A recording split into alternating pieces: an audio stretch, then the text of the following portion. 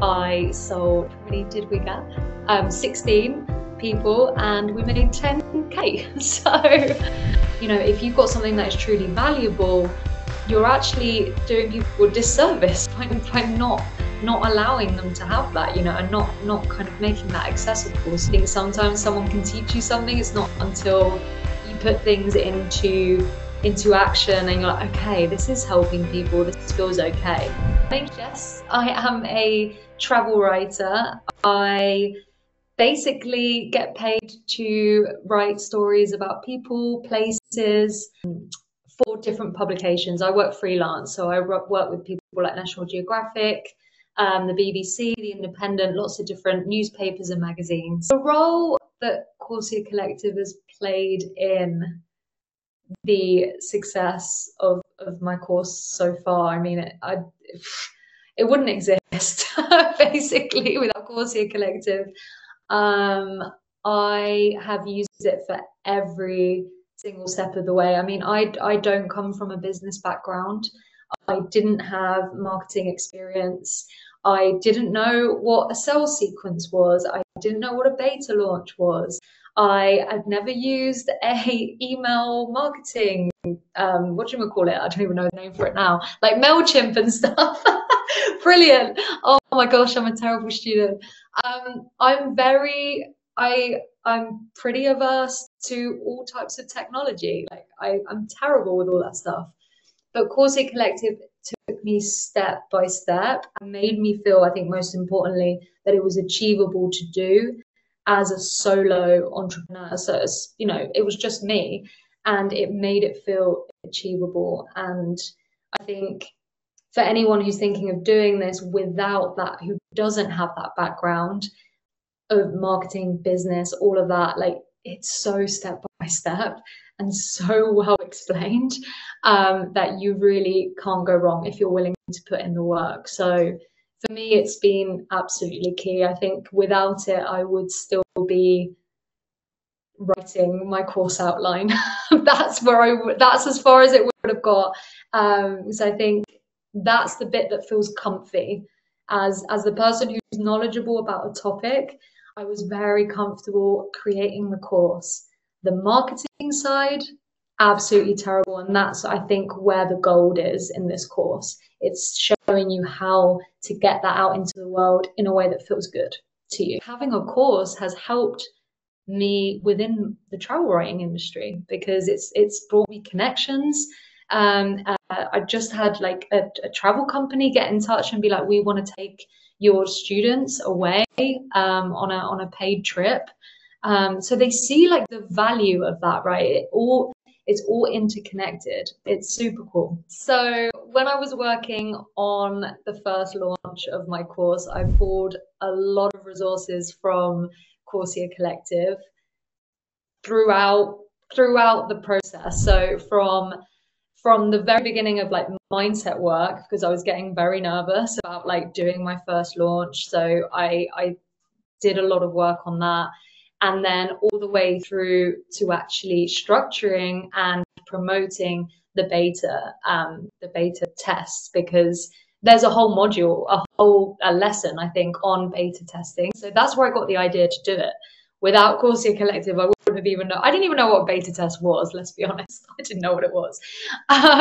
So I got the idea from Coursea Collective and then basically followed it step by step, in terms of how to kind of word your Instagram post, how to go about doing it and making sure you're collecting the right kind of feedback, and also planning it with purpose, not just doing a beta test for the sake of it, but actually thinking about what you want to get out of it. When I started this, I had about the same that I have now. Actually, my Instagram account hasn't grown that much since starting, so around it's 17.3 thousand.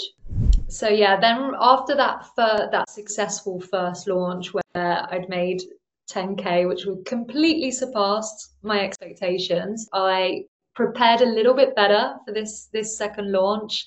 following, all the modules inside the course. And I launched again just to my existing audience. And what I slightly different here, I tried to get more people. I had to grow my email list first. That was the main difference. Before, I just kind of used the people who had already applied for the beta. And this time I was like, no, I want to get more people off of Instagram and onto my email list. Email list is very important. So I was like, right, I need to sort this out. So I did a very quick PDF, a freebie guide to how I got into travel writing. And I grew my email list from 80-ish people to 140-ish people. And we made how much? Just under 7K that time. So to start with, I was a little bit disappointed because I was like, I made less than the first time. But the price point was higher. During COVID, our industry took a massive hit. Like, obviously, we couldn't travel anywhere. I'd literally, I was just starting to gain momentum and get regular commissions, and then everything tanked. And I got left with no work, no money, just literally just like that. And I was like, and that just made me realize that I wasn't as secure financially as I'd hoped I was, even though I was working so hard. I wasn't financially secure, and something like COVID, anything that could change that was out of my control, just put me in an absolute mess financially, and I didn't want that to happen ever again. So then I was like, okay, maybe now's the time to explore a different income stream, and that's really when I started to sit down and plan out the course and make it more of. I found you through an ad, a Facebook ad. So obviously, Facebook, Instagram was listening to me. It knew that I was looking at a lot of different, downloading a lot of freebie guides, how to start your own course. The thing that attracted me to your course, Sarah, was the fact that you weren't talking about money all the time. You weren't kind of get rich quick. This wasn't kind of all this bro talk of make money. You were talking about how to kind of, I don't know, do something that feels good. Make good money, but also do something that feels genuinely helpful to people. And that resonated with. To go back, kind of backtrack a little bit, that was one of the things that scared me the most, was that students weren't going to get success, because I was like, this worked for me, but what if people do it and they don't get it? It's confusing, or they just never implement. And that was a real fear of mine. I'm not a teacher. I've never been a teacher. I have no teaching skills. So putting your knowledge into a course, I was just like, oh, I don't know how this is going to go. But within a month, one of my students had already got published.